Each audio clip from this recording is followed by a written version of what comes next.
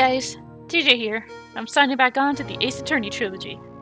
So, we're still investigating the whole thing with Goodman, and it's got ties with the SL9 case.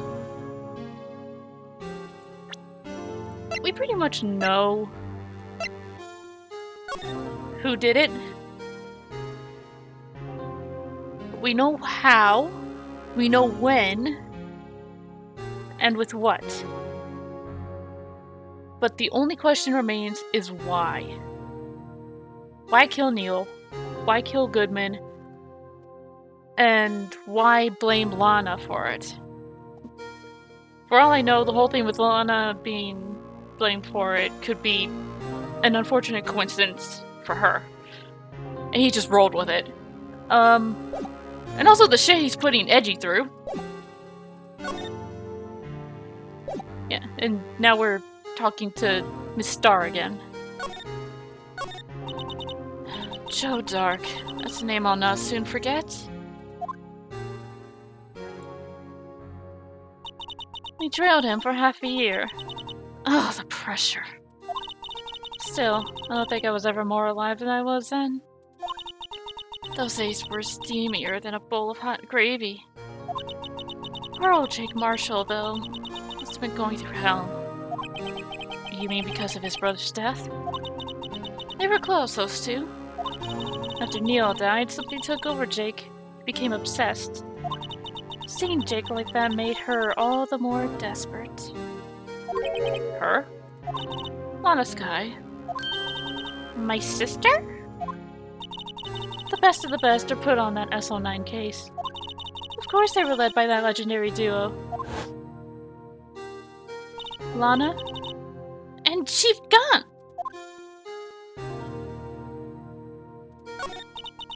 That legendary pair was the reason we were able to keep up our investigation. That's why we were so shocked over how it turned out. You mean, with the forging of the evidence? Don't get me wrong, Joe Dark got what he deserved. Still, it was obvious the evidence produced in court was being manipulated. Items our team never found would suddenly appear, while other items were kept secret. But you don't have proof anything illegal was done. I'm proof enough of what happened. After that case, all of us, save Goodman, were relieved of our duties. Most without even so much as an explanation. Then Lana Skye transferred to the prosecutor's office and became chief prosecutor. Lana always wanted to be a prosecutor. Nothing's quite as simple as it appears. Huh? Lana Skye was merely being used as a pawn. That's my take on the matter. She was being used? Lana transferred to the prosecutor's office 2 years ago, didn't she? Yes, thanks to Chief God's powerful influence. Chief? That's right. Having solved the SL9 case, his position as chief was secured. There was only one thing left for him to control. And then no one could stand in his way. The prosecutor's office. What? You mean, that's why Lana was transferred? If he could control the chief prosecutor, he could control the prosecutor's office. That must have been his goal all along. But how can he control Lana? I don't know, but one thing's for sure. Ever since that case ended, she's never been the same. It's only logical to conclude. There must have been some reason for her change. At last. I'm finally getting close to the bottom of this ugly mess. Thank you, Miss Star. You listen to me, Rookie. It takes more than just ingredients to create a fine cuisine. I hope you turn out to be a better chef than I've been. Damon Gaunt and Lana Skye. Gaunt led the investigation with Lana second in command. We were the best. They solved all kinds of cases together, didn't they? Damon Gaunt's magnetism in particular was almost unreal. His magnetism? By that I mean his ability to attract evidence. He'd produced the most incredible evidence in the cases he handled. Incredible evidence. You mean... Oh yes, there were rumors about him even back then. No one dared to confront him, though. I take it she's talking about forged evidence. Back then, everyone looked up to Lana. All the detectives wanted to be like her. Really? Oh yes, myself included. I was a fool, really. She hated anything crooked, and always watched out for the other detectives. That's why she was so concerned for Jake. Mr. Marshall. When Jake's brother was murdered, she felt as if he had lost her own brother. If it wasn't for her, I don't think Jake would ever have recovered from his shock. That's what makes it all the more infuriating. Mr. Hart. That's why. I'll never be able to forgive her. Why did she have to turn so cold after that?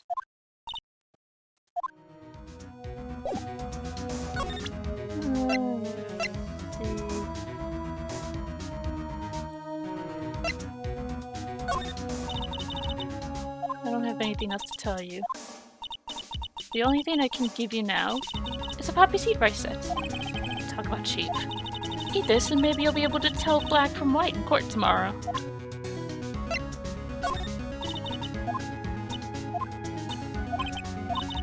Okay, I think this definitely means she's done. If she's like, I don't have anything more to tell you.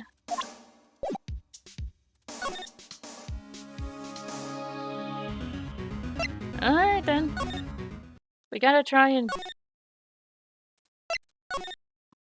get back into God's office. February 24th, Police Station, Criminal Affairs Department. Oh, you're back! Hey, Gumshoe. How you doing? You're still here? I gotta make 150 copies of these files. Jesus Christ. Brewing coffee, copying files. I'm turning into a regular DJ. You're a DJ as well? If I'm not mistaken, I think it means desk jockey. Oh, that DJ! Gotta admire your persistency, but my answer is still no. I'm not letting you into the chief's office, period. It'd be my neck on the line. That office is the last crime scene in the SO9 incident. I have to take a look in there. There's gotta be something we can do to make the detective change his mind.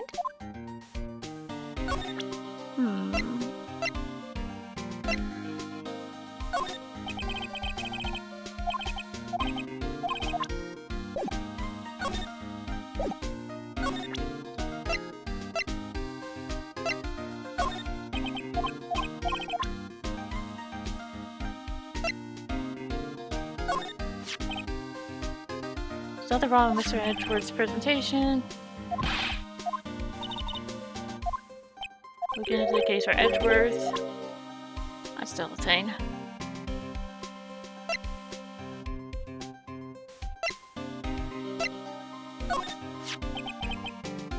I think I've seen it somewhere before. Somewhere. Maybe it's just one of those memories from our previous lives. Something about it makes me feel really uneasy. It's like I'm in the chief's office and he's yelling at me. Chief Gaunt? Where could I have seen that before? I don't know. Why don't you frickin' tell me? Huh? I'm running out of options here.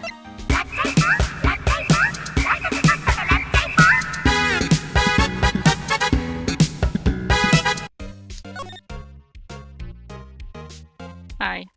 I missed you. Wonder what he was writing before. Come on, Mr. Wright. Let's take a look. While Edgy is still... Yeah, Edgy's right there. You crazy Edgeworth is sitting right there. Just distract him. I'll check it out. Hey, Edgeworth. Is that Detective Gumshoe out the window there? Oh no, he's falling to the ground! Hold on. First, let me see what this girl's doing crawling around my feet. He didn't even look. What? Letter! If you're having trouble reading, I'll read it for you. It says, Letter of Resignation. Resignation? Edgeworth, you don't mean... I'm tired, Wright. I feel as if something inside me's died. Mr. Edgeworth! Ow! I hit my knuckle on the desk! Ow! But Mr. Edgeworth, none of it is your fault! I know the path I've walked. You don't need to tell me. And the path I've walked hasn't been a just one. I can't forgive myself for what I've done. And no one else should forgive me either. Uh-oh. And I think he's serious. Mr. Wright! Please, you have to do something! This letter of resignation. Wonder if I can use it for anything. Thank you, Edgy. I'll, talk to you later. There's, someone I gotta show this to. Motivate him a bit. What does it say, exactly? Due to recent events, I hereby announce my resignation as a public prosecutor. He really wrote a resignation letter. Wow, even resigning it, Mr. Edgeworth is cool and concise. Still, it wasn't his fault! Someone has to be held responsible. That's how it is in the grown-up world. Yeah, but that responsibility means nothing if he just quits. Not everyone sees it that way. To truly take responsibility, you should have to work the rest of your life for no pay.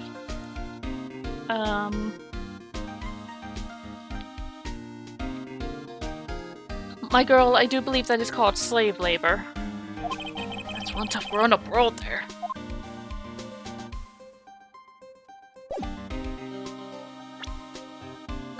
Here.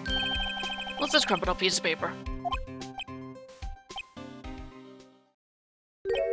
No way! Mr. Arthur can't be serious! Is he ever not serious? I can't believe they've pushed him this far! Mr. Edgeworth really feels responsible. When I first met him, I thought he was cold as ice too. But I know different now. He trusted us detectives to provide him with sound evidence. But we betrayed him. Detective. That's it. I've made up my mind. But... Here, take my ID card. We can't do that. If someone found out, they wouldn't let you off the hook with another lost item report. Look at me. It's no secret I'm already out of the loop. After all, I'm friends with Mr. Edgeworth. Depending on how this case turns out, I may already be as good as terminated. What? So at least let me do this. For Mr. Edgeworth's sake. Alright, detective. Thank you.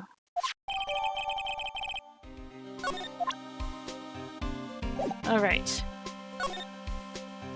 Let's go. February 24th. Police Department. Chief's Office. Here it goes, Mr. Wright.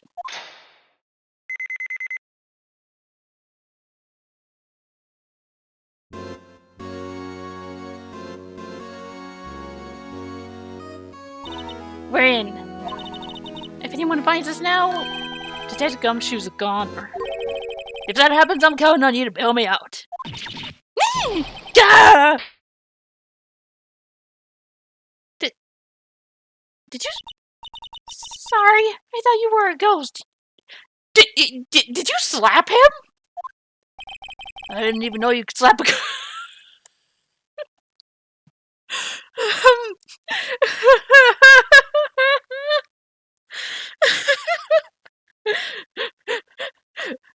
I didn't even know you could slap a ghost. No. Ah! Detective Gumshoe! What are you doing sneaking up on us like that? I wasn't sneaking. I was just worried something might go wrong.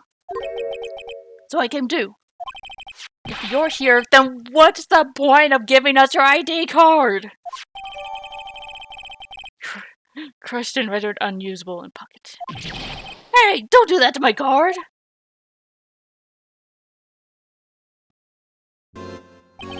I don't ever get a chance to come in here. So I figured I'd have a look around myself. Besides, we're all in this together now. You really do want to get fired, don't you? Not if we're lucky. Oh, come on. Let's see what we can find out. I've got a bad feeling about this.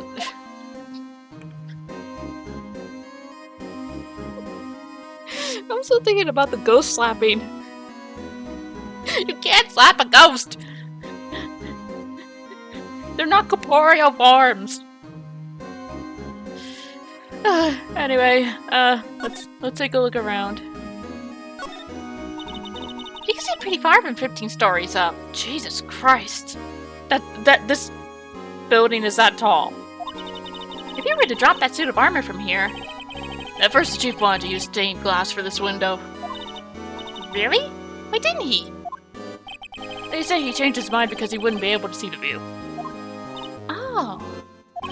Stained glass or not, it's a huge window. This is the real deal, isn't it? This armor and these weapons? Sure is, pal. The chief doesn't care for imitations. First the pipe organ, now this armor. Do you know how many taxpayer dollars must have gone into this room? What? You mean we're paying for this? That's it. I'm not paying 1 cent of my taxes. You don't have any taxes to pay.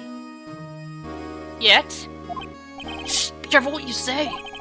Who knows? The chief may be hiding in this armor as we speak. I don't think he'd fit in there. Even if he did, he'd never be able to get back out.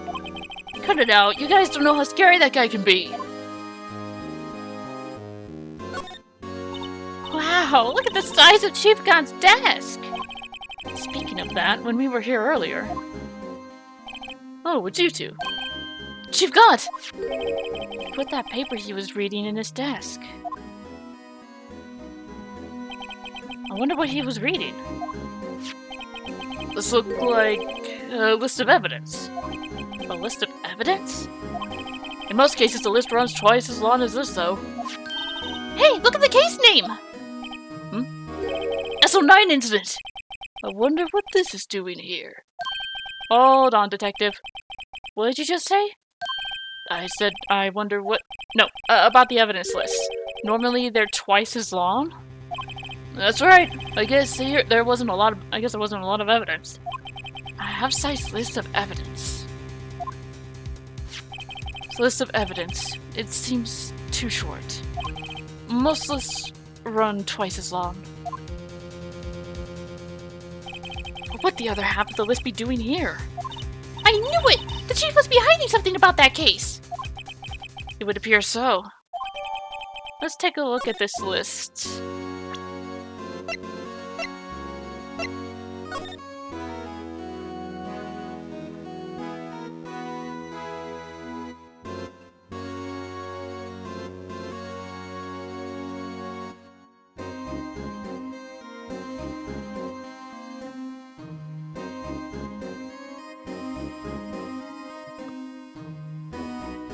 Why is there a drawing on the back?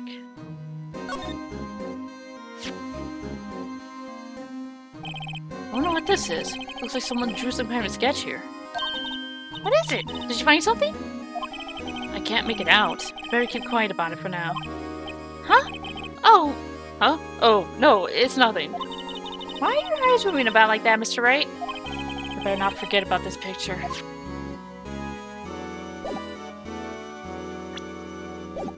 Okay, so... Found this in the drawer. List of evidence. Mr. Edgeworth had the other half of that list. What this is be doing here?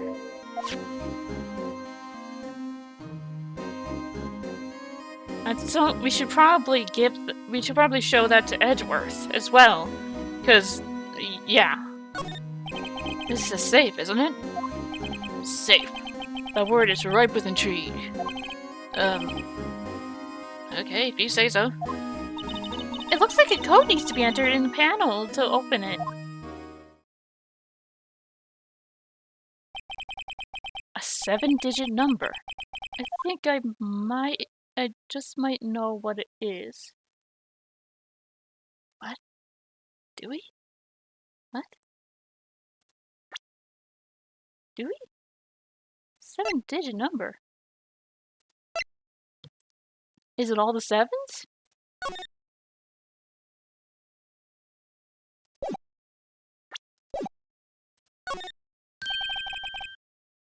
Do you know what it is?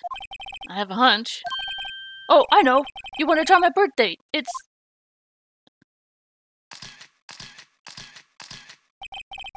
I have a better idea. Here goes nothing.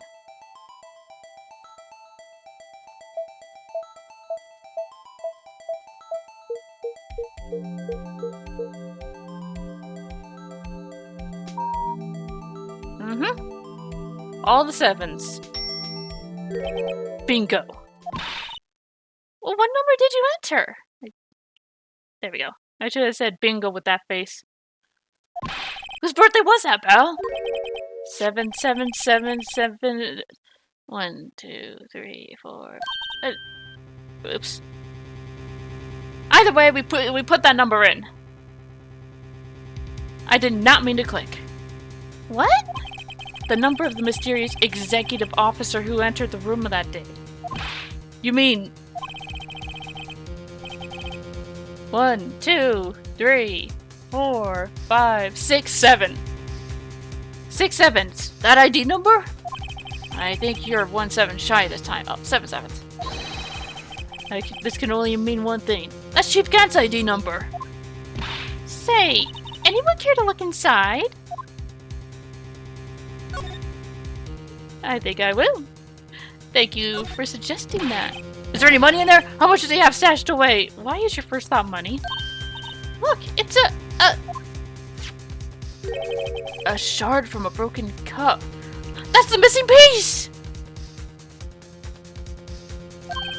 This somehow looks familiar. Where have I seen this before? There's something else in here too. What's this? Looks like a piece of leather cloth.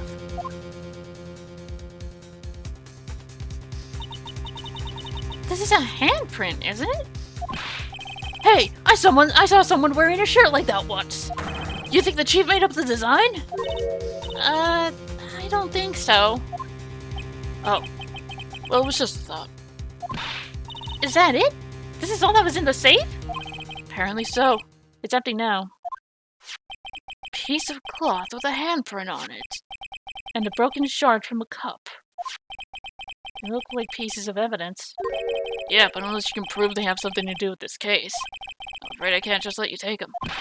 After all, it's my neck on the line here. Great. I have to prove their relevancy to get them. How are these two items related to the SO9 incidents? Come on! There's gotta be something we can show the detective. Like this? The thing that we were putting back together? Detective Gumshoe, could you have another look at this jar? I remember when the three of us put that back together. Ah, those were the days. It's kind of early to be nostalgic, really. It was yesterday. In-game yesterday. Literally the previous day. Wasn't this jar a piece of evidence from that case? That's right. One of the shards had an SO9 incident sticker on it. Doesn't this ring any bells? You know that fragment we just found? You mean this one that was in the safe? Yes, that one. That was in the safe. Now that you mention it, it's ringing a lot of bells. Let's see if it fits. Dee-dee-doo. Here, let me see that shard. I'll take a crack at this. Dee-dee-doo. Why did I say that? Dee-dee-doo. Here's some glue, thank you. If I could piece this together again. It'll prove Chief Gaunt was knowingly hiding evidence. Here goes. Let's see.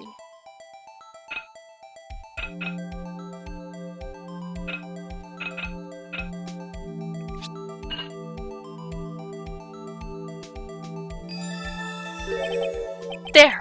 It fits like a charm.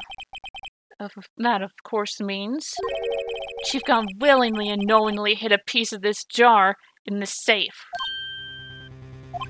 In other words, he concealed a piece of evidence from the SL9 incident. But... Hey guys, get a load of this! What is it? That piece he just attached. It's different from the others.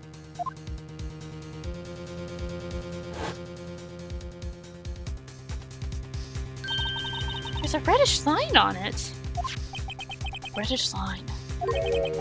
That's blood! I don't get it. Why would Chief Gaunt hide this in his safe? Unstable jar. Can we look at the blood? It's hard to make out, but here's a dark red stain. Looks like blood. This piece the Chief has is different, though. The blood stains on the other pieces are just spots. But this one's a line. That is odd. Yeah.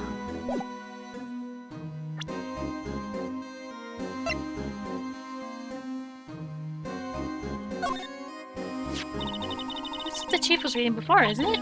You know, when we first came in here? Yeah. It looks like the right side of the form's been torn off. So Mr. Edwards, this really was only half the whole thing.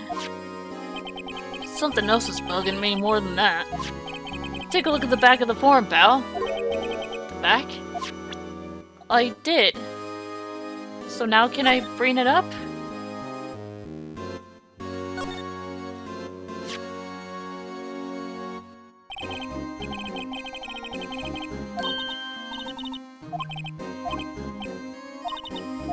No. Okay. Take a look at the back, pal. Meanwhile...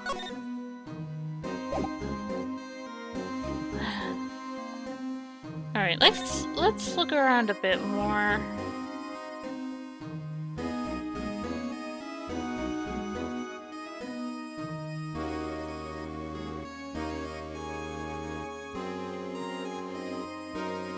Wait. The handprint. Okay,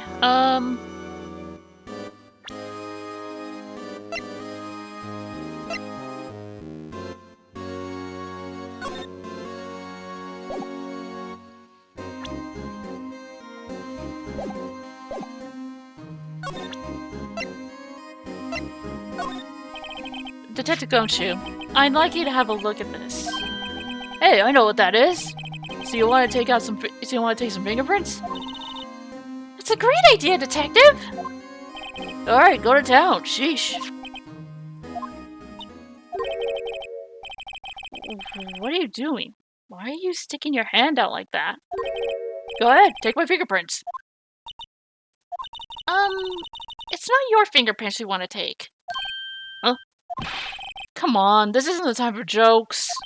We're talking about that cloth we found in the safe. Oh! I knew that. The one with the handprint on it, right? Jeez, where's your sense of humor? Okay, Mr. Wright, let's check for prints. Sprinkle the powder on the cloth, and once they've been absorbed in the prints, blow the rest away. When are you, my mom? I don't have to be told a million times.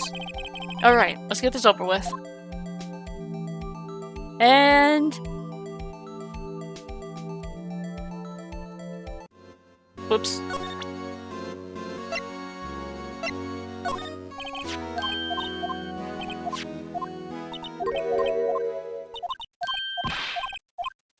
I need to find the print first.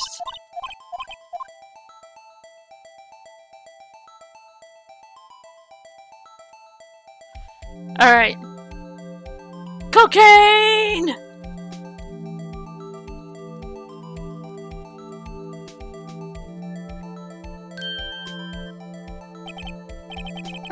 Give him my best shot. That kind of result won't be any good for matching prints, will it? But it doesn't look like we'll get a clear result from this print. Okay, let's try a different finger then.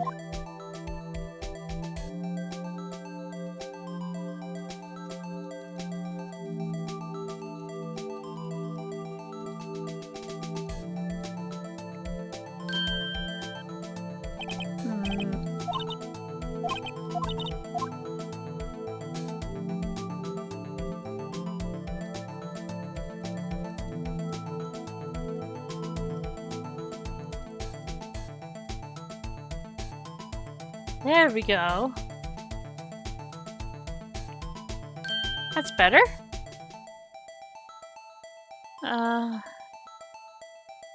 Okay, well, it's not Gaunt. It's definitely not Meekins. It's not Marshall. It's not Bruce. No. No. It's Emma! It...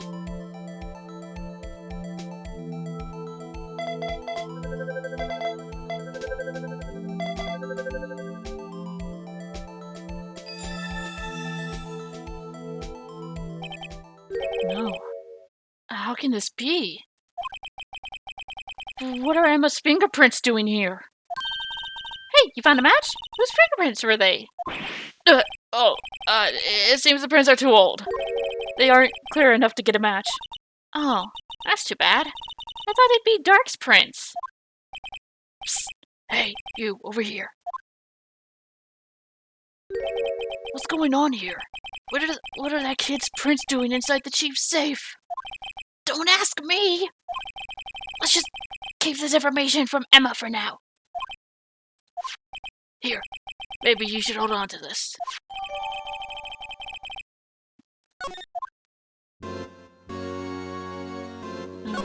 Wonderful. The Chief's Oregon sure is a sight to behold. Occasionally we hear him playing it from the Criminal Affairs Department. It's on the 2nd floor, and this is the 15th floor of an entirely different building. When a detective screws up, the Chief calls them to his office and makes them listen to the organ for hours. What's so bad about that? Music soothes the soul. And after that, the detective can't hear anything for days except for the ringing in his ears. So it's an instrument of punishment. Literally. But aren't the Chief's ears affected? He never listens to anyone anyway. That's beside the point.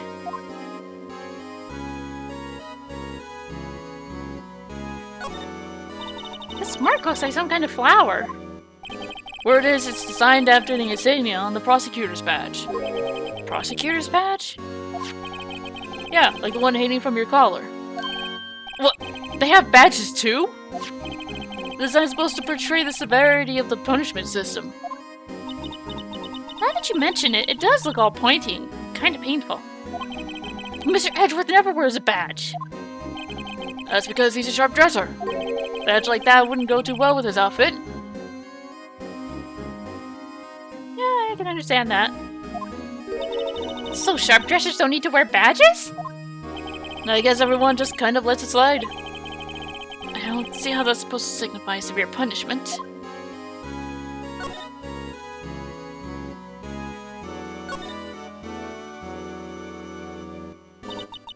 This was taken on that day 2 years ago. The day Joe Dark ran out of the questioning room and tried to kill Emma. After receiving his award trophy, Mr. Marshall took a picture here. Then went along with Chief Gaunt to question Dark. I bet he never knew he'd be dead just a few hours later. Gee, you think?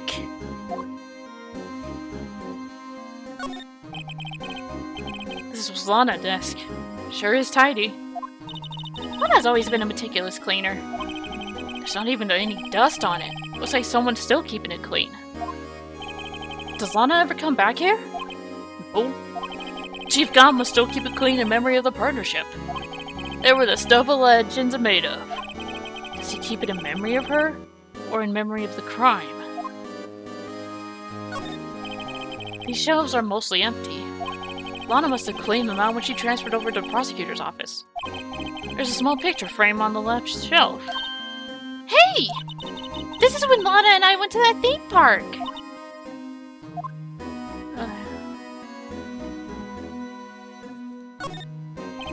Look at that giant window.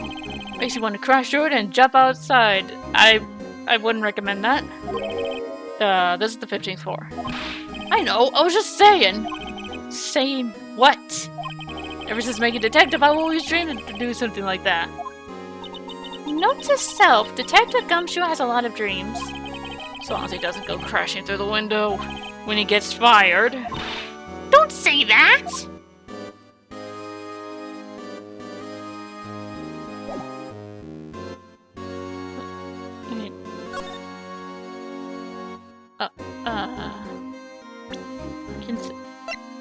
Can spray?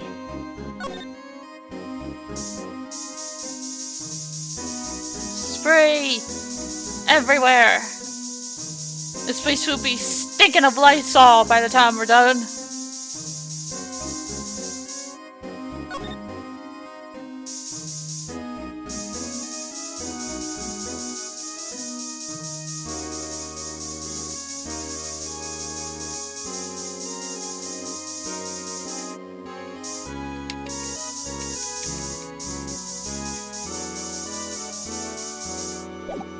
Okay, no blood. The desk on the other side of the room. Was that your sister's? Yeah, that's where I was waiting for Lana. On that day 2 years ago. Is anyone using it now? No, sir. This is entirely Chief Gunn's office now. He practices a strict policy of preserving the crime scene. That's a strange reason to leave it there. He leaves it as a warning to everyone else. He wants us to always be alert. He told us so himself at our New Year's party. Of course, he was pretty intoxicated at the time. I see. So ever since Lana left, no one has ever touched that desk. No one except Chief Gunn. And the cleaning lady who's in here each morning. Still, 2 years have passed since that incident. There can't possibly be any clues remaining. Can I ask you something? Sure. You only came here to look around, right? Because it's one of the SL9 crime scenes. I mean, that's your only reason for coming here, isn't it? Why do you ask? You don't think... Nah, you wouldn't be. Nah. Not this way. Never mind. Don't worry about it. Okay, no, let's look around a bit more. Hey, hold on! Not so fast, buddy! What is it? When someone tells me you don't worry about it, it's supposed to start bothering you, pal. You don't just let it go at that. Sorry. This guy's starting to get on my nerves. Okay, so what's bothering you? You two don't think Chief Gunn might be a suspect, do you? What? He's right, Mr. Wright. What do we think of him? Chief Gunn. So it's finally come to this. What do I think of him? Perhaps it's best I don't divulge my feelings. Yet. There you go, ignoring me again. Well, was I any help? Of course. Thanks to your ID card, we were able to get some hard evidence. No, that's not very kind, is it? In other words, if it wasn't for his ID card, he would have been useless. God! Hi! How you doing? Hey, hi. How you doing, buddy? Nice weather we're having here, huh? Isn't that right, you in the coat? Chief God! We didn't think you'd be back so soon. Fortunately, I'm a man who believes in signs. I was walking to my meeting. As I was walking to my meeting, actually, I happened to look out a window and saw a stray dog run into a pole. But just then I thought of a certain detective. Do you mean me, sir? Now then, I'm afraid I'm going to have to ask you all to leave. Yes, sir. Sorry. Oh, you in the coat. Me, sir? Drop off your ID on the way out. You won't be needing it anymore. But sir... Now get out! Yes, sir! We'll be on our way too, then. Wait! You, the one without the spiky hair. Don't go yet. Me, sir? Oh, you better not do anything to Emma, I swear to God! I'd like a word with you. But, sir, I'm not a licensed scientific investigator yet! You with the spiky hair, you're free to go. Mr. Wright!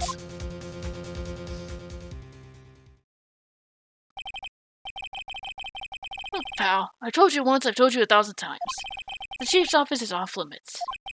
But no, you just had to go sneaking in there like that, didn't you? I thought you said you didn't care anymore if you were fired. Yeah, but if I knew it'd be like this, I never would have said it. I've seen the evidence Chief Gaunt was hiding in his office. I think I'm finally starting to get the picture. But why has she kept eerily silent about it all this time? Anyway, you listen to me? I'm gonna try to smooth things over with the Chief again. Later, pal. Good luck. He seems like a very rough negotiator. After that, I heard from Emma. She said the police wanted to ask her some questions. So she'll be busy for the rest of the day. That's really not good. February 24th, Detention Center, Visitors Room. I see. So the Chief asked Emma to come in for questioning. It's no use thinking about it. Tomorrow's the final day in court. I'm committed to doing everything I can to defend you. Which is why I'm here. But I've already told you all I can. What you've told me over these past couple of days is absolutely nothing. Not a single useful thing. Really, I believe I did mention something quite important. Something I told you right at the beginning. I said that I was the one who stabbed Detective Goodman. You know, I think I finally figured it out. I know who it is that's lurking behind your words. Mia did a good job mentioning you. I'm rather jealous. It seems Edgeworth was right. Edgeworth? Once you're convinced you know something, no one can persuade you otherwise. Thick-headed is the term he used, I believe. Now's my chance to get her to tell me the rest of the story. I have to admit, I was more than a little perplexed at first. You insisted you did it, yet there was no incriminating evidence. That's when it hit me. It's not that you're unwilling to tell the truth. It's that you're incapable of doing so because of a certain individual. An intriguing notion. A certain individual, you say. So you think I'm protecting this person? Protecting? No, I think afraid of is more like it. If I'm not mistaken, the person in question may have persuaded you to silence. For argument's sake, Mr. Wright, whom, may I ask, is this person you're speaking of? The one I'm supposedly so frightened of? What is this person's name? Gaunt. Take that! Well, Miss Sky? Mr. Wright, you are addressing the Chief Prosecutor. Do not forget your place. I take it she's still not ready to spill the beans. My apologies. Could you please tell me a little bit more about what you think you know? We were partners until 2 years ago. I respected him as a detective. Assuming he's respectable, then tell me something. Why would he try to hide his crimes? His crimes? Both you and Edgeworth will be brought before a board of inquiry for what you did. Specifically hiding and forging evidence. Of course, these are serious offenses. Why is it, though, that Chief Gaunt's name was never mentioned? Chief Gaunt? Edgeworth didn't know the truth behind the forgery. The only party who could have possibly tampered with the evidence was me. I had access because I was second in command in that investigation. Yes, you, but also one other, Damon Gaunt. If you intend to accuse Chief Gaunt, you'll need more than just words. Show me proof that Chief Gaunt has falsified evidence in that case.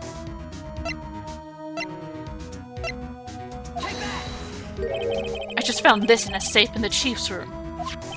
This jar piece and this piece of cloth. Do you know what these are? They're pieces of evidence from the SO9 incident.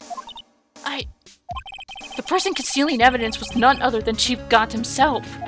Now tell me, why are you taking all the blame for him? Touché, Mr. Wright. It's as you surmised. I cannot disobey the Chief's orders. Even if it means being found guilty for murder. Why not? Come now, Mr. Wright, you can't possibly expect me to be able to tell you that. 3 days ago, I had no choice but to cooperate. In the murder of Detective Goodman. Or perhaps I should say follow orders. Yes, that's more accurate than cooperate. Although I can't tell you the details, I can say that I was given an order that day. I need you to dispose of Bruce Goodman's body. You were the disposal team! You'll find it inside the trunk of Miles Edgeworth's car. Again, why did you... You are just doing everything to ruin Edgeworth as well. Just as I suspected. Despite what everyone believes, you were not the one who murdered Detective Goodman. Correct. I was trying to take the body out of Edgeworth's car. The trunk lock was broken, and I discovered that murder weapon while inspecting the body. The murder weapon? You mean Edgeworth's knife? No. When I found the body, this was the knife stuck in it. A knife from the S09 incident. Serial killer Joe Dark's knife.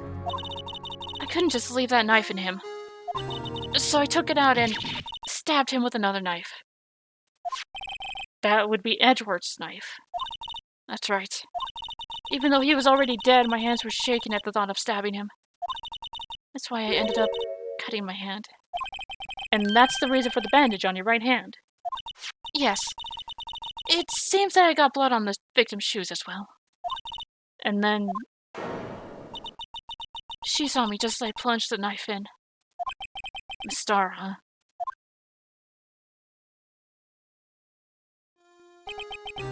Why did you need to hide Dark's knife so badly?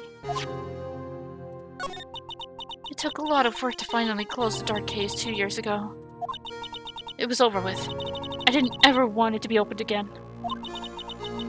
My intent was to prevent that, by whatever means possible. So, you hid Dark's knife. The weapon used to stab the detective was evidence in the Joe Dark case. If word got out, which it would, the reporters would have a field day with that.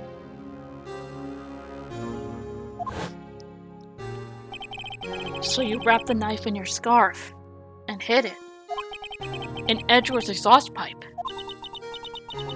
Right. Then I called my sister to tell her what happened and to ask her to hide the knife that was inside my muffler. You asked Emma? I didn't want anyone on the force to know about this. I would explain why Emma is so confident about Lana's innocence. Speaking of phone calls, I had a bad feeling about one of them that day. A bad feeling?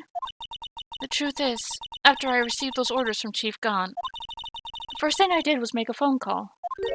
A phone call to Patrolman Jake Marshall. To Marshall? Why on earth would you call him? The lead investigator for the SL9 incident had been murdered. I wanted that fact to be kept hidden, and I needed help. He was the only other person I could trust. Or, at least I thought I could trust him at the time. However, it seems that after I spoke to him, he went off on an escapade of his own. Oh, you mean, not wanting the case to die, he decided to take things into his own hands. He disguised himself as Detective Goodman and tried to steal the evidence. He had already stolen the ID card, but it seems he still hadn't made up his mind to break into the evidence room. After my phone call, any remaining doubts he had must have disappeared. So your phone call caused the incident in the evidence room.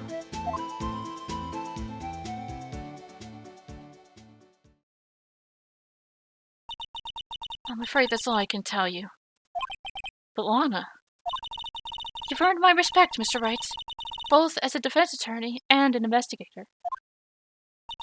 Now please, don't pursue this any further in court tomorrow. Tomorrow's trial.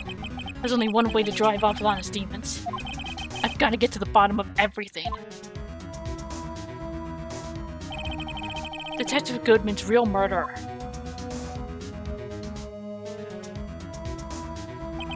And what went down in the chief's office 2 years ago.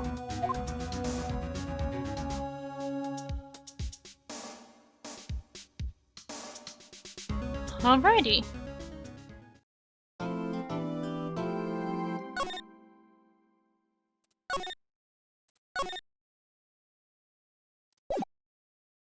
Trial time. February 25th, 9:47 a.m. District Court. Defendant's lobby number 2. It's the defendant lobby, alright. But there's no defendant. I've been trying to reach Lana all morning. Where could she be? And where's Emma, for that matter? It almost seems as if something's been happening behind the scenes. Hey, Edgy. Edgeworth. Knowing you, you've already figured it out. Who the owner of the 77's number ID number is, that is. Well, I have a pretty strong hunch. Looks like I'm not the only one who's figured it out.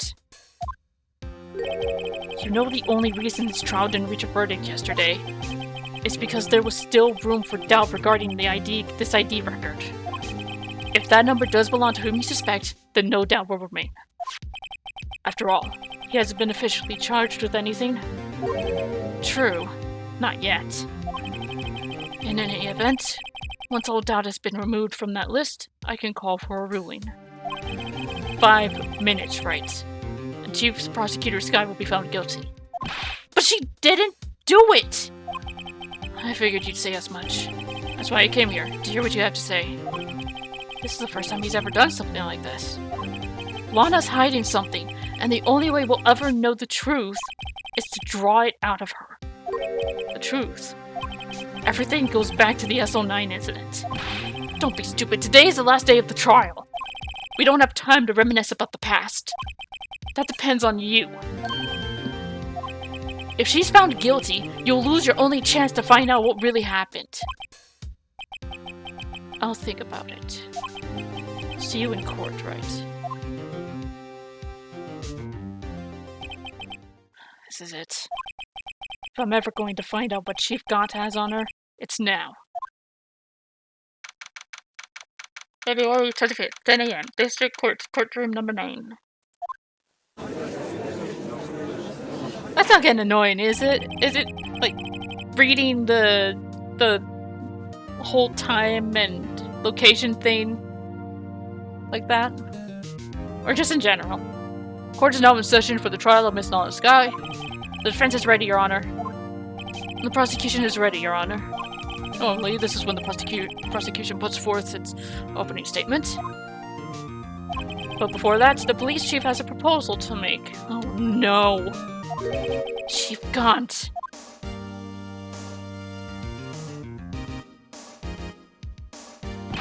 Morning, folks! How's everyone doing? Hey, G, been back to the pool yet? Oh, no, I've been drowning enough as it is in my work. That's a good one. Don't think I can top that. If you don't mind me asking, Chief, exactly what is this proposal of yours?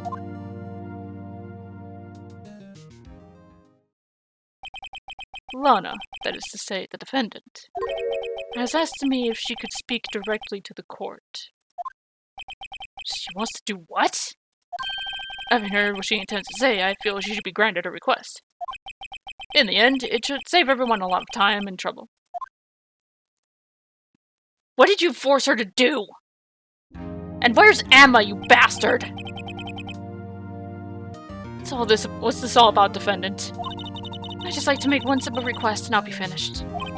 Well then, what's your request? Your Honor, I'd like to put an immediate end to this trial. Huh? I confess to all charges against me. On February 21st of this year, I murdered Detective Bruce Goodman in the underground parking lot of the prosecutor's office. No, Lana!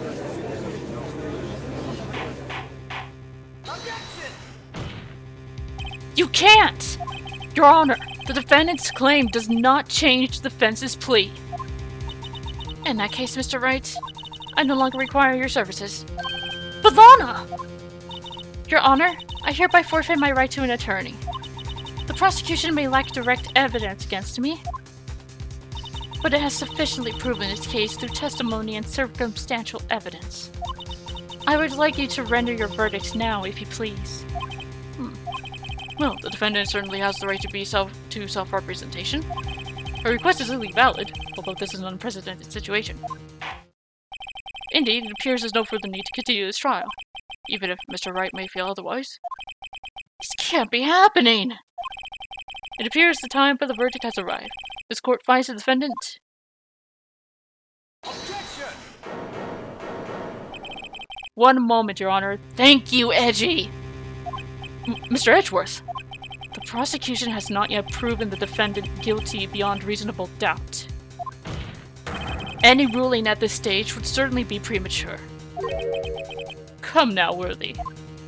I understand it's a difficult time for you, but why don't you just be a good little boy and keep your mouth shut, hmm? Oh, I am going to enjoy destroying you.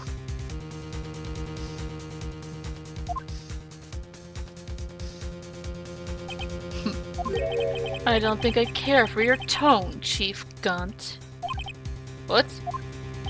Creating another fabrication to cover up your past mistakes. Sorry, but I'm no longer the naive little boy you would have me be. Yeah, get him, Edgy! With this sudden confession from the defendant, it's obvious to me some kind of deal was struck behind the scenes. Some kind of deal, hmm? Not everyone operates as you do, Worthy. I thought so. Your Honor, the prosecution would like to change its first witness. Oh, to whom? As its first witness, the prosecution would like to call Miss Emma Skye. I request the court hear her testimony. Mr. Edgeworth, I'm exercising my right to self-representation. I don't think we need to continue. I don't care what you think, Miss Skye. The exposure of truth sometimes results in tragedy. However, no matter how tragic the truth may be, it would be an even greater tragedy to avert one's eyes from it. Very well. The court shall grant the prosecution's request. That's okay with you, right, Chief Gunt? Worthy, you'll live to regret this. Mark my words. Not like you'll regret messing with me, you fucking bastard. I am going to fuck you until you can't take it anymore. No matter how much you scream for me to stop, I won't.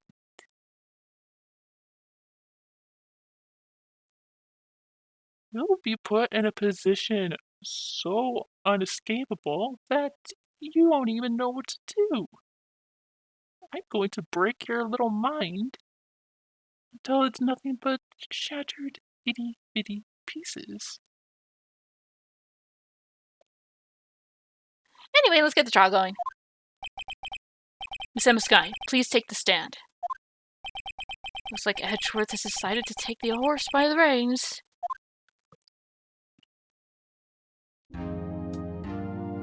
Now then, witness, please state your name and occupation.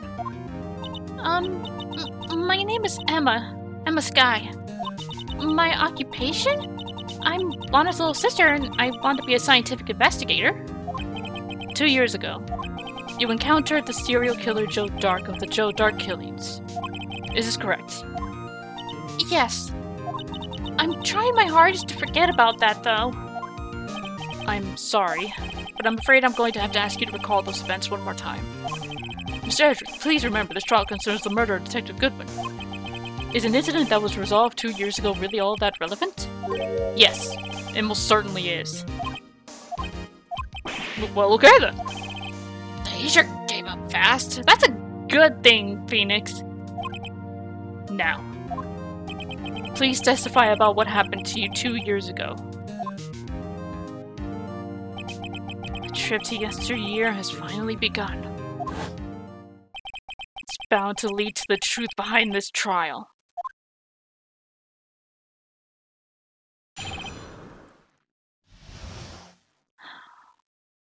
I'm gonna feel really bad about pressing her, or stuff like that. Let's begin. I was waiting in my sister's office that day. A man came running in and took me hostage. Neil Marshall rescued me. But I'll never forget what I saw in that instant. The man raised up his knife and stabbed Mr. Marshall in the chest. It's a good thing you weren't harmed. I passed out. I don't remember much. That's understandable. However, please tell me, Mr. Edgeworth, what does this testimony have to do with Detective Goodwin's murder? That will soon become apparent, Your Honor. You've got to admire him for his courage, considering he has no evidence. Very well. The defense may begin its cross-examination.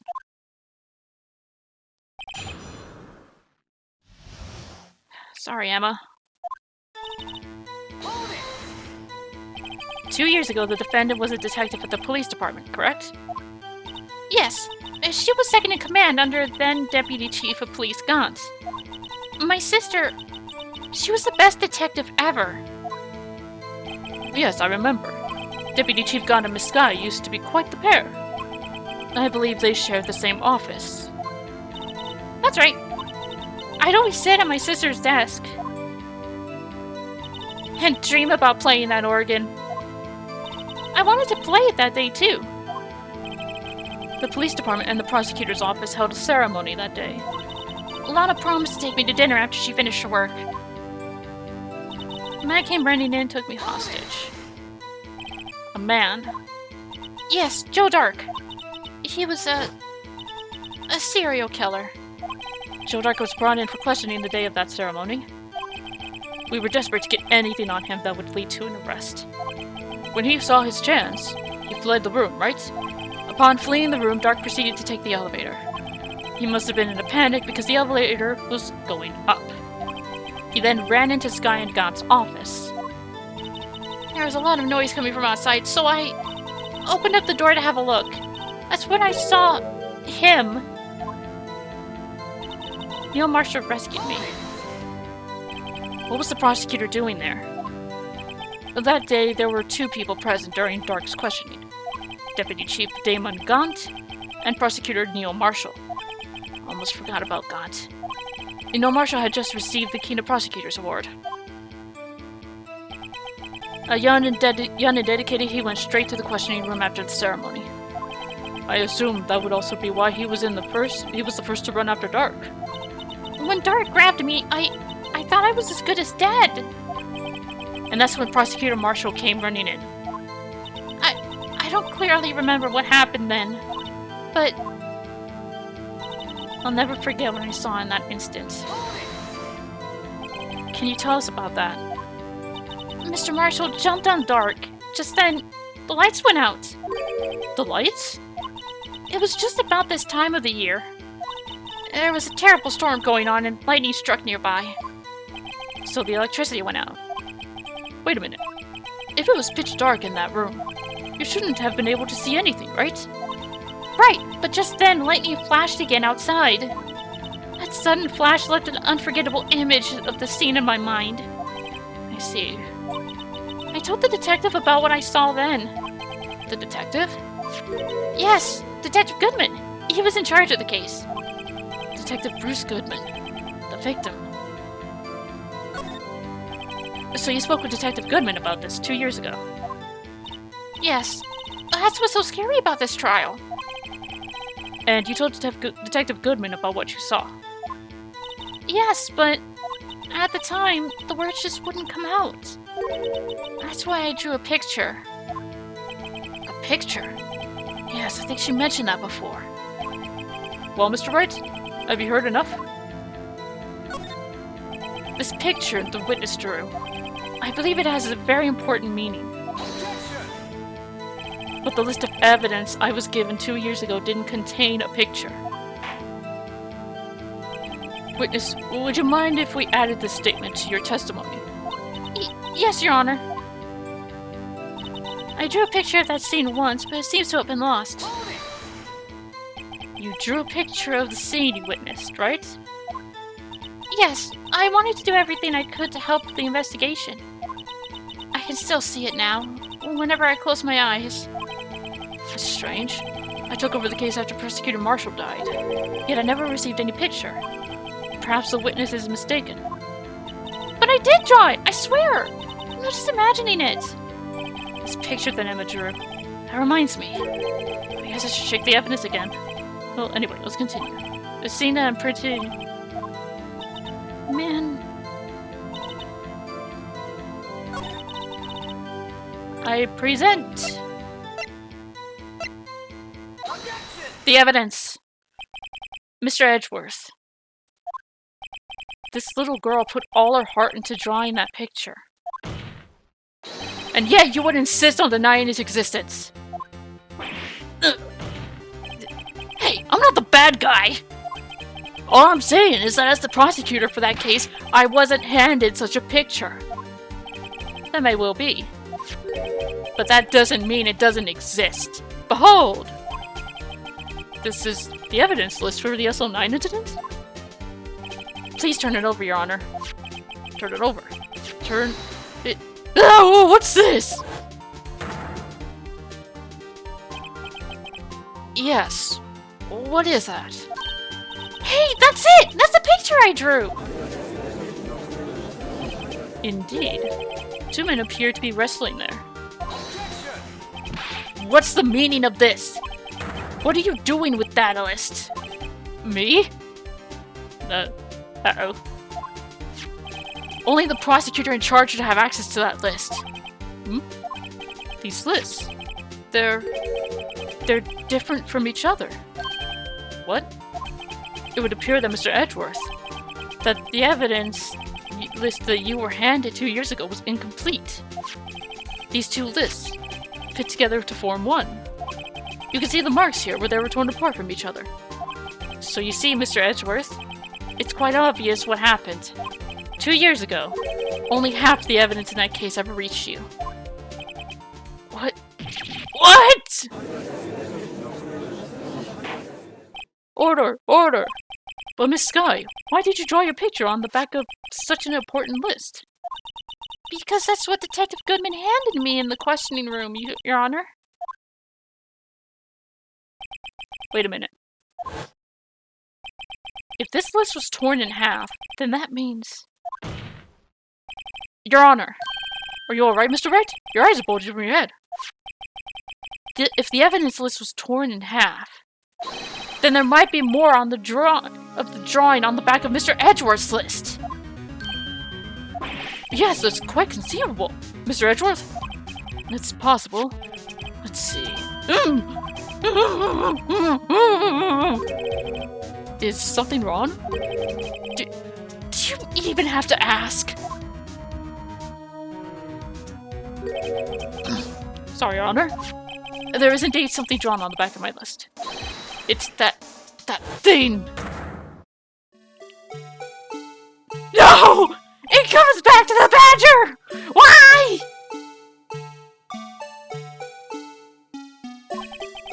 That's that thing! That thing that was dancing in the evidence room! Clearly this is an act of vandalism! Clearly this act of vandalism is the work of certain chief of detectives. I guess he was out of scrap paper.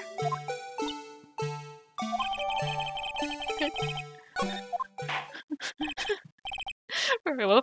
Witness, will you please testify about the picture you drew 2 years ago? Huh? Oh, yes, sir, Your Honor. Hang on. Hang on. Hang on. I want to see the full picture. It's literally just two different things. This is probably when they were designing the Blue Badger. And this is when Neil Marshall was killed. So someone ripped this in half, either Detective Goodman or the Chief of Police. Not the Chief of Police.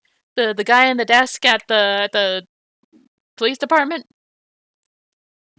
No, the main guy. Cause I don't think Gumshoe did this. Gumshoe made the thing, but he probably didn't invent the thing. Maybe. I had to check. What's wrong with Emma? She seemed to be thinking about something when she was looking at the picture.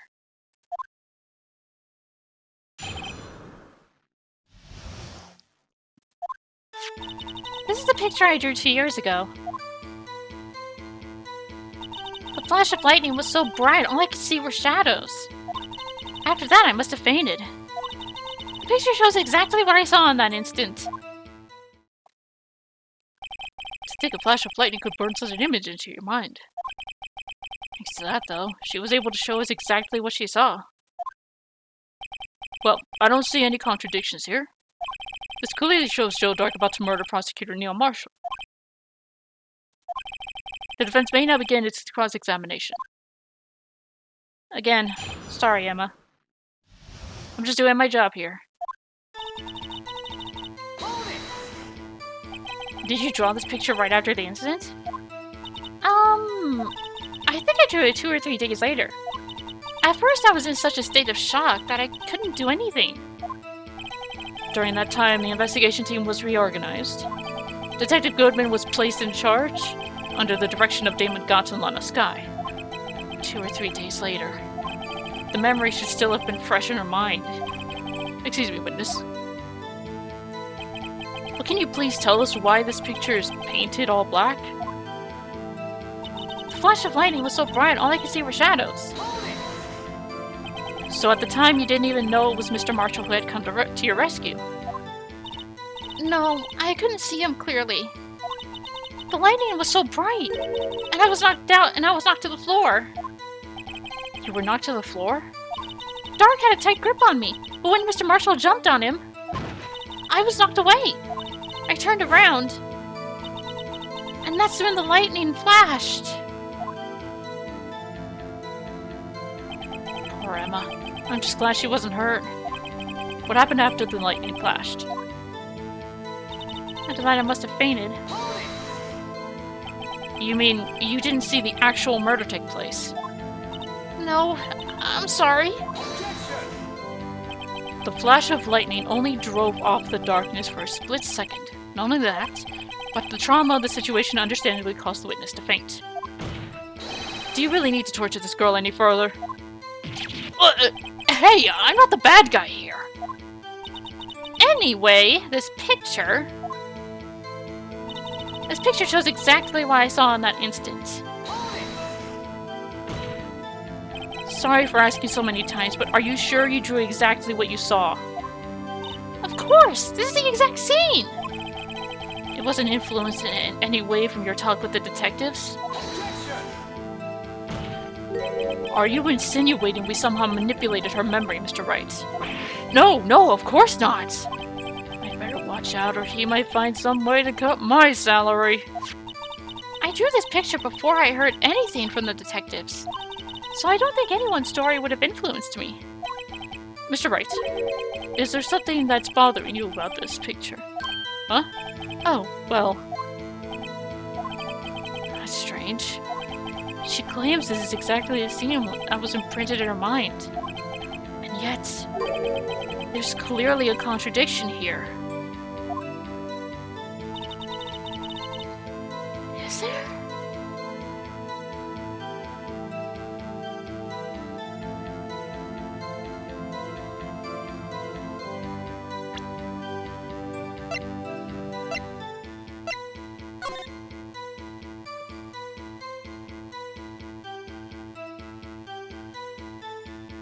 Why is it blunt?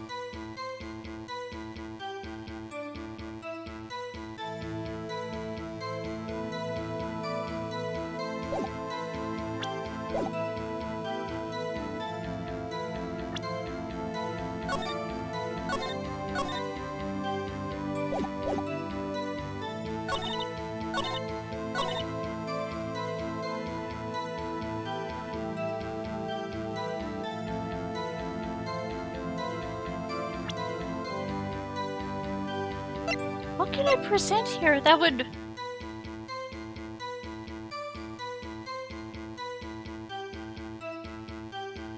I mean, besides the drawing itself...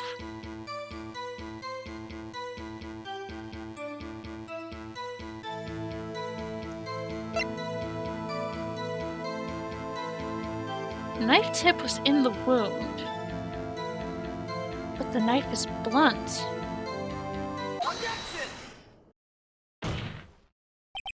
I hate to be the bearer of bad news, but this picture the witness drew contains a blatant contradiction. What? But I still remember it, just like it was yesterday! Mr. Wright, perhaps it would be faster if you simply pointed out this contradiction for us. What part of this picture contradicts the autopsy report?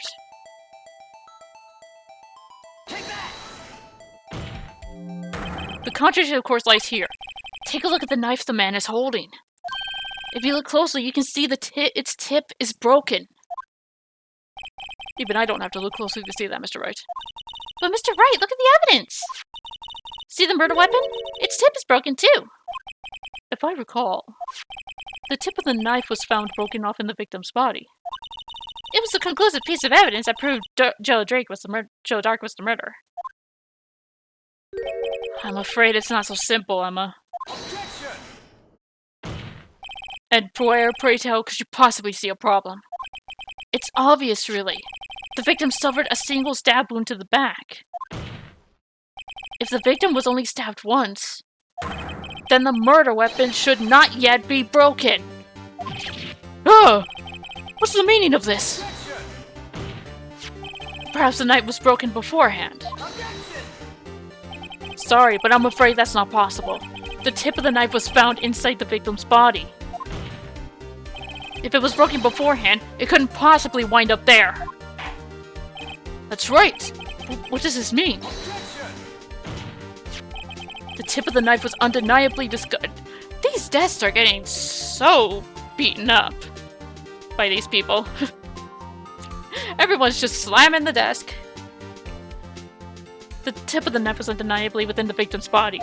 The only possible explanation is the witness's memory is mistaken.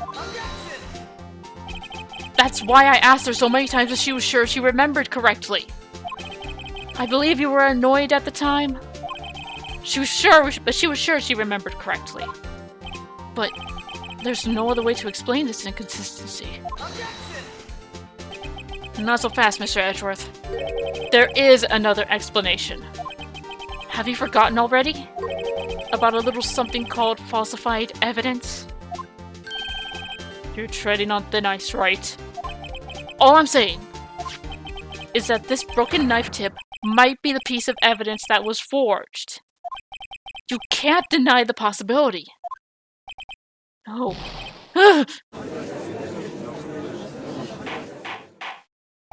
Order! Order! Order!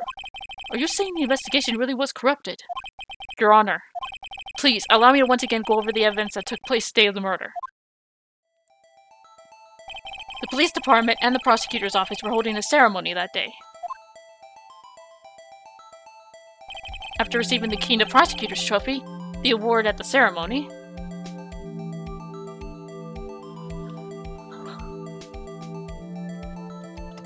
oh my god!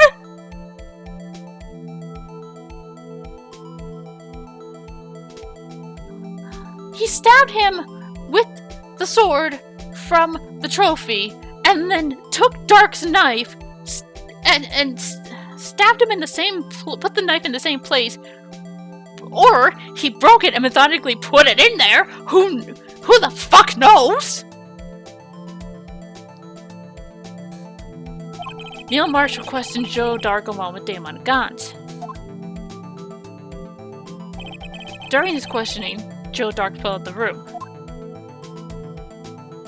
Prosecutor Marshall chased after him and was killed by Dark. It's my belief that somewhere in this story, there is a lie. I'm not lying.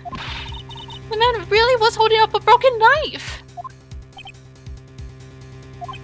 If that's true, then there's no other way around it. This could not have been the actual murder weapon. There must have been another broken knife. What are the chances of there being two broken knives? Another broken knife besides Joe Dark's. There could have been one. There is another one. There is another one. If the witness is this adamant about the accuracy of what she saw, it can't be just explained away by simple observational error. Mr. Wright.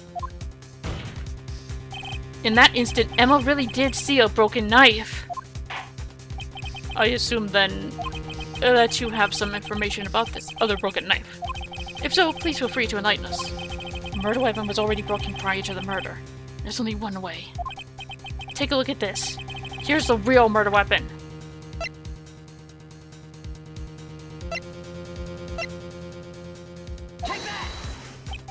The answer lies in the past.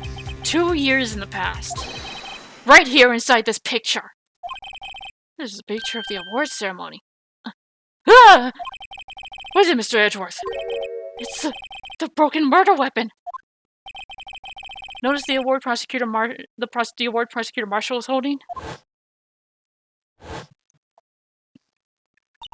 That's a broken knife.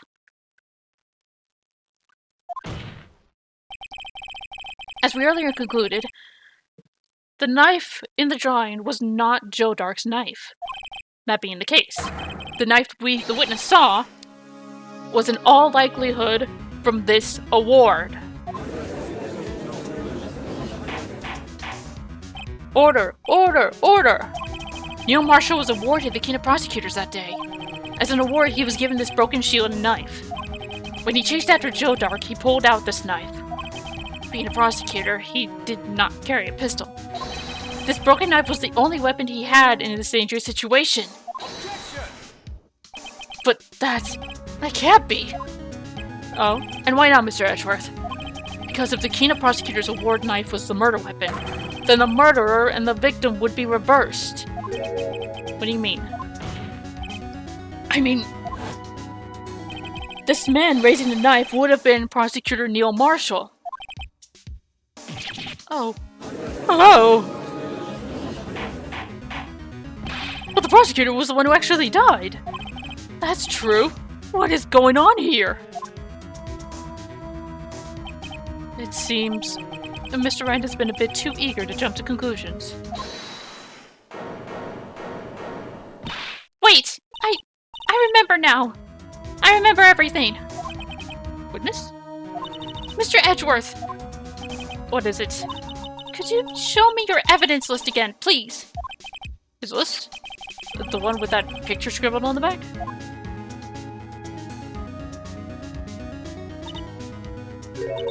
I knew it.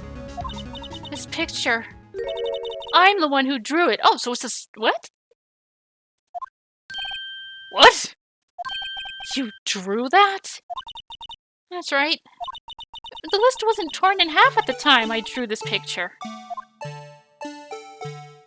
You're the reason the Blue Badger exists? Emma, what have you done?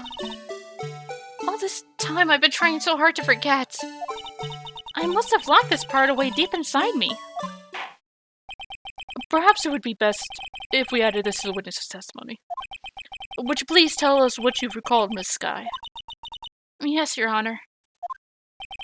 First the knife mix-up, and now the Blue Badger? This should be interesting.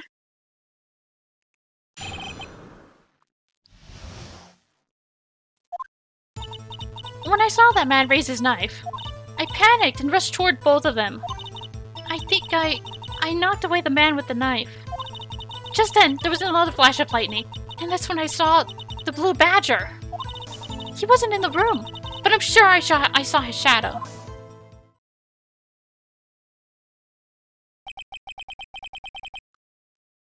Certainly most unusual.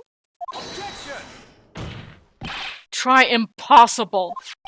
The chief of detectives hadn't even designed him until this year. That would mean he didn't even exist 2 years ago. Yes, well, the defense may now begin its cross-examination. Stop! Please! Don't pursue this any further! Lana!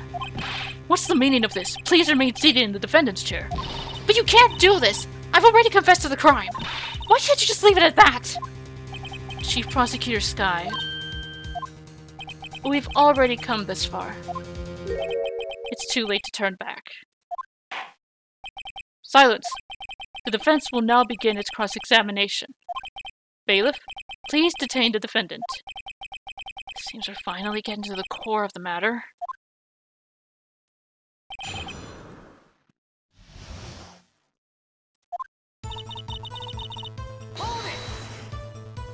When you say that man, I assume you refer to Joe Dark. Yes, at least I think it was him. You think. All I could really see were shadows. And the power outage that immediately preceded the incident is also documented in the prosecutor's office reports.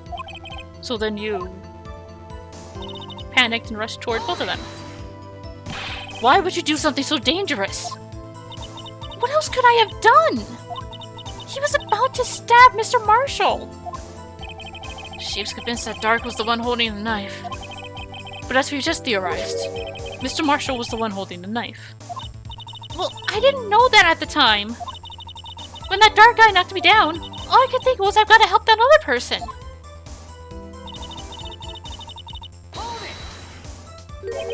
What do you mean, you think?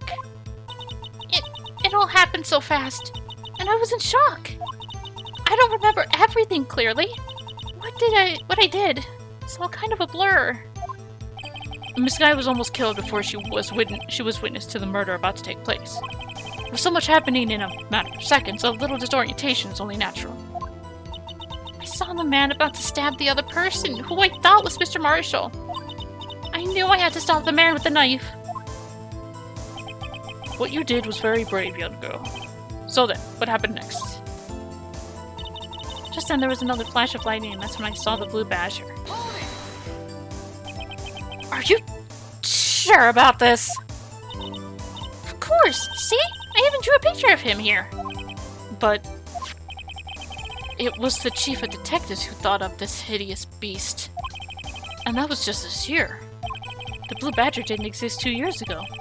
This is all quite verifiable. I know it sounds strange. I was surprised too when I saw him at the police department. I had this nagging feeling that I'd seen him before, somewhere. Now I finally remember. Oh, brother, just when you thought that thing had caused enough commotion. It comes back. Again. And again. Tell us, where in the room did you see him dancing? He wasn't in the room, but I'm sure I saw his shadow. His shadow. So you mean you didn't actually see his face with its winning smile and all? That's right, but I still remember it. He had 3 creepy horns.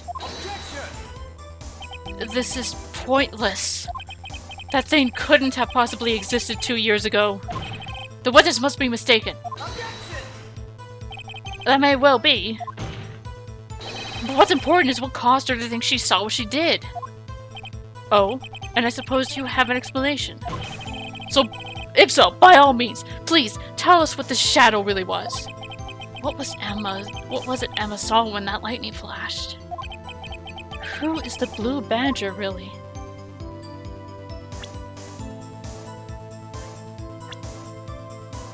Horns. Maybe. The blue badger hadn't even been dreamt up when Emma drew the picture. Yet she's certain she saw its shadow. Ladies and gentlemen, it is the defense's belief that on that fateful day 2 years ago, there indeed was something that looked similar to the blue badger. Something that is now sitting in this very room. Mr. Wright! In this room? Very well, Mr. Wright. What is it that the witness saw in that instant? Please show us the mysterious badger look-alike.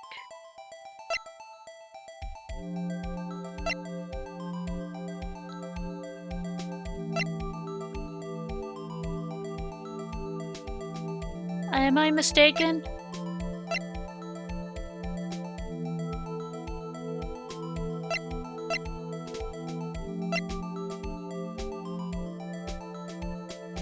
I could be mistaken.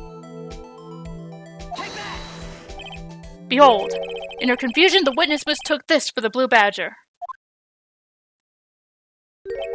The only person mistaking anything around here is you. Huh? This doesn't look anything like the blue badger. Okay, I need to see something. I need to look at something. I need what was found.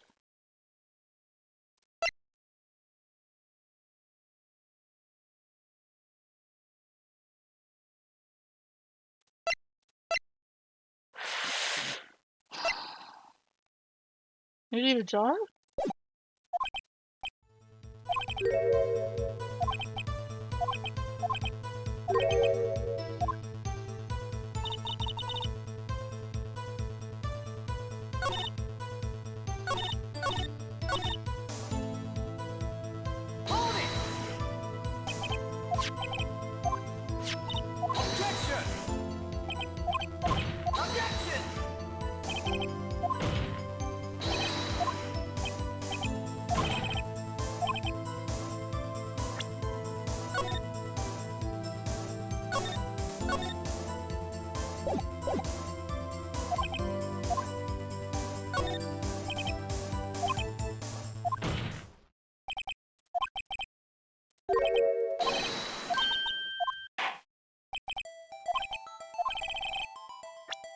Something that is sitting in this room.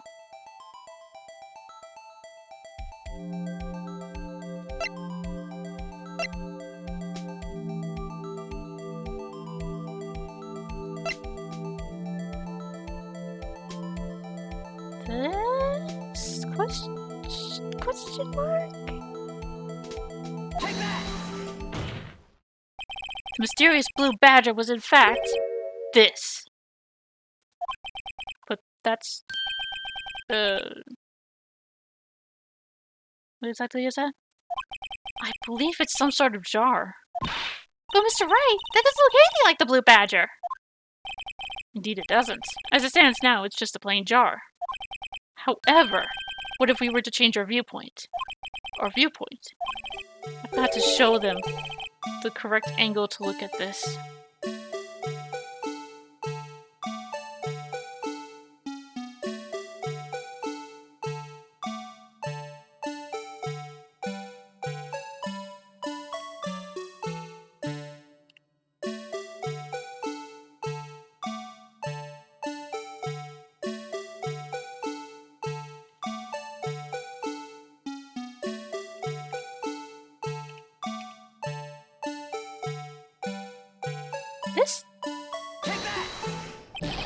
This isn't right. Gotta make it look like Badger.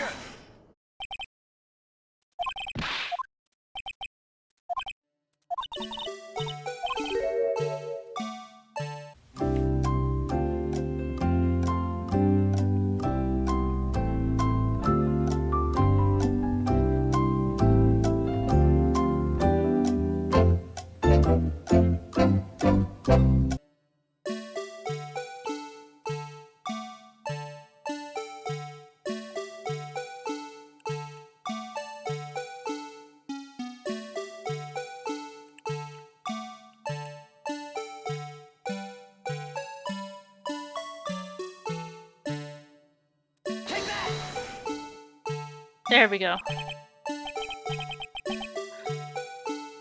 Well, is this a miracle or what?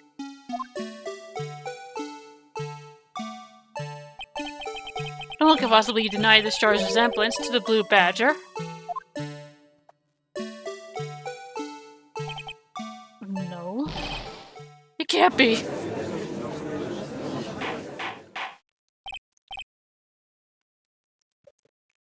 Order! Order! The defense has proven its claim. The mysterious blue badger witnessed on the day of the crime was actually this. Objection! Although we all enjoyed Mr. Wright's dramatic performance, one question remains. What's your point? What do you mean? So that badger thing was actually just a jar. That doesn't change anything. Objection! I'm afraid that's where you're wrong, Mr. Edgeworth. You see, this changes everything. Indeed? Very well then. Please, tell us. What's different now that we know the murder weapon? Allow me to take these in turn. At the moment of the murder, the witness saw this jar. At a very specific angle, I might add, Mr. Wright. Yes, well, knowing this, where could he have seen this jar? Where?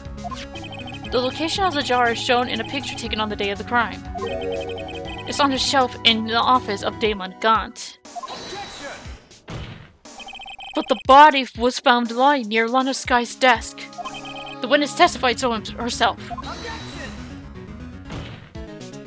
Yes, and it is these two facts that reveal what actually transpired. You see, the struggle between Dark and Marshall did not take place in Lana Sky's office. It happened on the other side of the office, in Chief Gant's office. Objection! Are you implying the murderer moved the victim's body from Damon Gaunt's office to Lana Sky's office?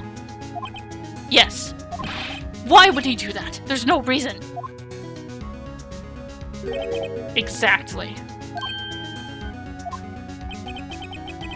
If there was a reason, he wouldn't have gone through the trouble. If there wasn't a reason, he wouldn't have gone through the trouble. The only logical conclusion is that there was a reason. Do you know what that reason was, Mr. Wright? No? I finally figured it out. Have you? Clue me in! Because I don't know shit in this case. In this particular aspect. So this is why Lana tried to stop the trial. It's too late to quit now, though.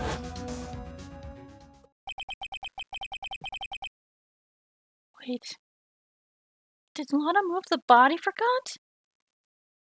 Oh, Lana is really in deep shit. Please recall the witness's testimony. She said she knocked away the man who was holding up the knife. In the next instant, the jar was hit and flew through the air. Now tell me, what could have sent the jar flying? That would have had to have been the impact the man made when he was knocked into the wall? Ladies and gentlemen, if I may draw your attention to this picture once more. If the man was knocked in the direction of the shelf that the jar was sitting on, what would he have hit? Ah! The suit of armor, holding a very sharp and dangerous looking sword. Yes. And since the man who was knocked into the armor was carrying a broken knife, he would have had to have been Neil Marshall, wielding the King of Prosecutors trophy. No. Mr. Wright, you can't be thinking. Yes. There's another possibility of what actually transpired in that room. Another possibility. Of course, the perpetrator would have had no idea, but nevertheless. I don't know if I can go through with this. Mr. Wright? What's the matter? If events took place as the defense theorizes, then the outcome is obvious. In that moment, assuming the man Emma Sky knocked away was actually Prosecutor Neil Marshall.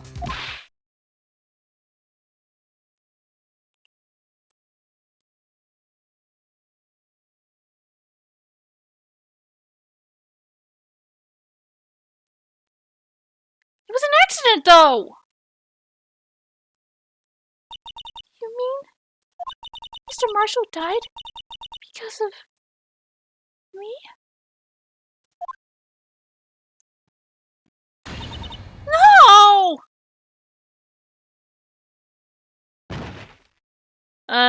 I think she's fainted. I never imagined her testimony would lead to this. So it was the witness who took the victim's life. And then proved so with her own testimony. This is unprecedented. It was an accident! It wasn't murder! What are you saying? I'm sorry, Miss Sky, but given the circumstances, Joe Dark murdered Prosecutor Marshall. How can you think it was Emma? How dare you try to pin the crime on her? Imagine that coming from you. If you recall, it was you who admitted to forging evidence 2 years ago. The reason you moved Prosecutor Marshall's body was to keep anyone else from finding out about what Emma did, wasn't it? I assure you, Mr. Edwards, I have no idea what you're talking about. If you hope to have anyone believe your insane allegations, I'm afraid you're going to have proof. Tell me, do you have any conclusive evidence that proves that my sister killed Neil Marshall? Evidence? I'm willing to bet you don't. Yes, it certainly would be difficult to prove this with evidence. If we don't have any evidence, then we'll have to rely on testimony. I'm afraid that won't work in this case. Both parties involved in the incident are dead. We certainly can't get dead people to testify. This has all been a wild goose chase from the beginning. Touché, Miss Sky. Of course, that only leaves us with one possibility. You mean there's still another possibility? What do you mean, Mr. Edgeworth? I mean the possibility that the victim has left us a message. For better or for worse, Mr. Marshall did not die instantly. He may have left behind the name of the person who took his life. In one manner or another. That's impossible. Well, Mr. Wright, this is the only possibility left to you. A message from the deceased. Does such a message exist? I've got to think back to the court record. The real murderer's name in that victim may have left behind.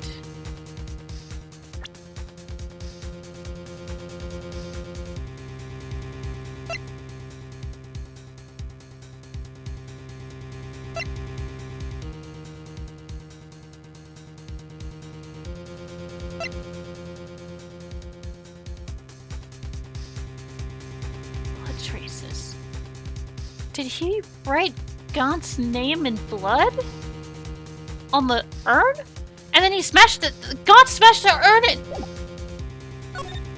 Oh boy! This message from the deceased is already in our possession. Mr. Wright! Will you stop at nothing to prove my sister is a murderer?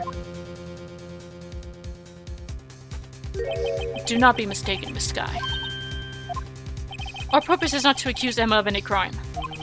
There's only one thing we seek. The truth. No matter how painful it may be. Now then, Mr. Wright, please show us this piece of evidence that conveys a message from the deceased.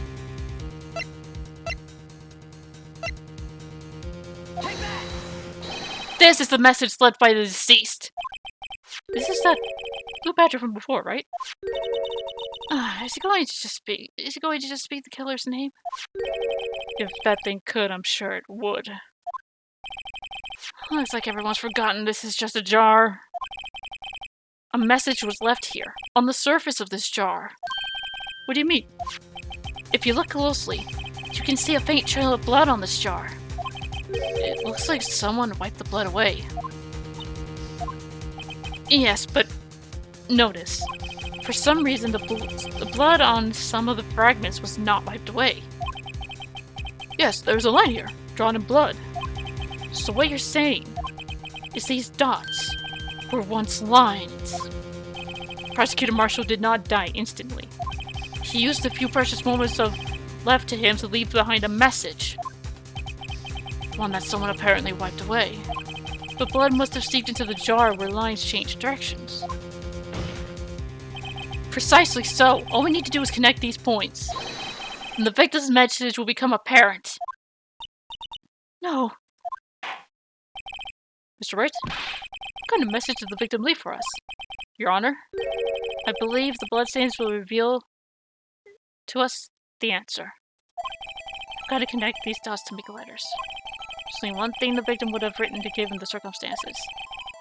His murderer's name. Oh no, it is Emma.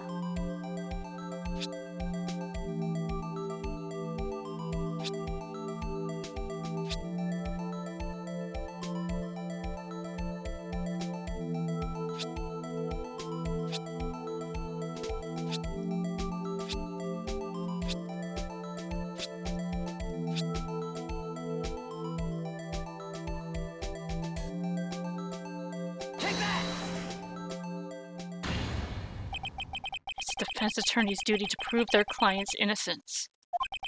That's why all I've been thinking about is saving Lana. After all my efforts, I never thought it would turn out like this.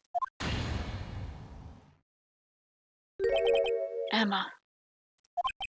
So this is the final message Prosecutor Marshall left behind.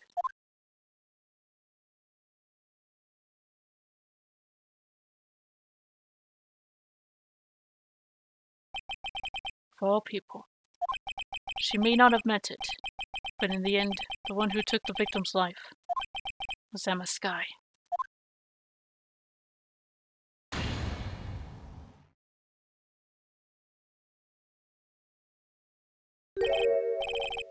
Seaworthy, can't say I didn't warn you.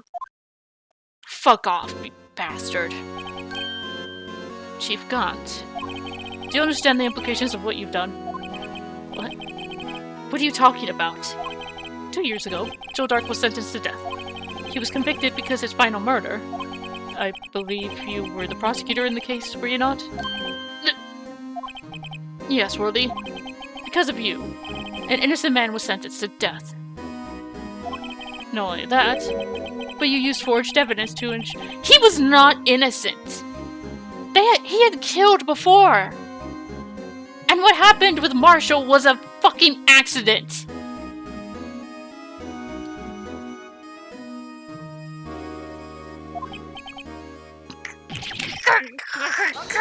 What the fuck kind of sound is that? Did I replicate it? I don't know what the fuck that sound was. But Joel Dark really was a serial murder. That's undeniable. No, I'm afraid that's not important. Didn't you know? We aren't defenders of justice. What? We're merely keepers of the law. Sentencing a man to death is no light matter, even if there wasn't any cover-up or evidence forgery. Ultimately, the responsibility falls on the prosecutor in charge. Despite what anyone may say, this fact cannot be denied. What's going on at the prosecutor's office? They might have sent an innocent man to his death. How can he just stand there like it wasn't his fault? Order! Order! Order! Order!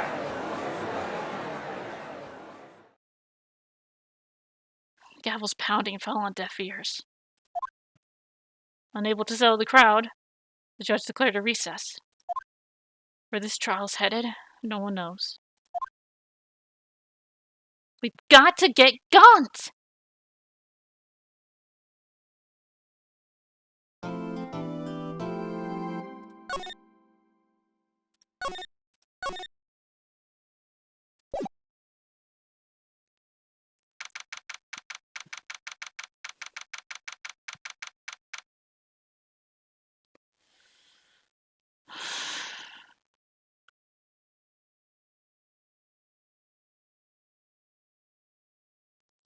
It was an accident. She didn't know.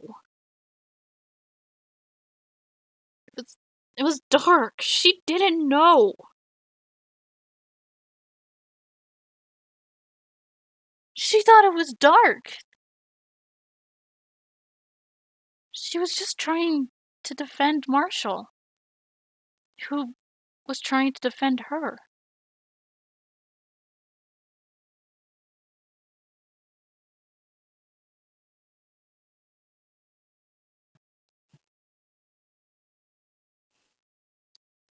I am going to rip Gaunt apart. I have a feeling he's going to be on the stand in the next episode. I will enjoy and relish every single fucking moment I catch him in a contradiction or a lie and put him out of his egotistical misery. But there are still questions of why. He didn't kill Marshall. That much is now defined, unfortunately. However, he killed Goldman. He killed Goldman. Jesus. He killed Goodman. And is making Lana take the fall. Maybe the reason for that is that he's just using her.